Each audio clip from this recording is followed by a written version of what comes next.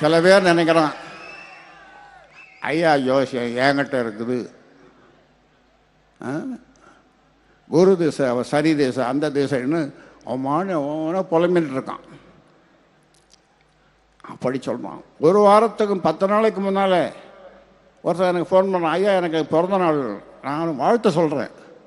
அவன் 10 பேருக்கு ஃபோன் பண்ணி நான் கடவுள்கிட்ட பேசிட்டேங்கிறான். இந்த 10 பேரும் மறுநாள் விசாரிக்கிறாங்க, என்ன நேற்று கடவுள்கிட்ட பேசிட்டோன்னா பைத்தியம் முடிச்சுட்டான் அவனுக்கு.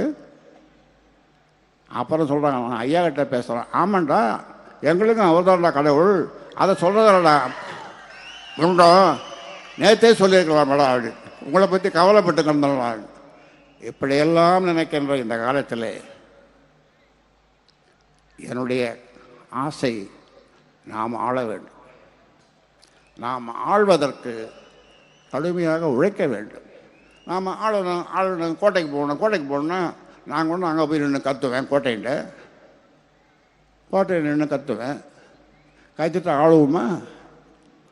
அதனால் நான் சொன்னதை மறக்காமல் கேட்டு ஒழுங்காக கட்சியை பலப்படுத்துங்கள், கட்சியை வளருங்கள்.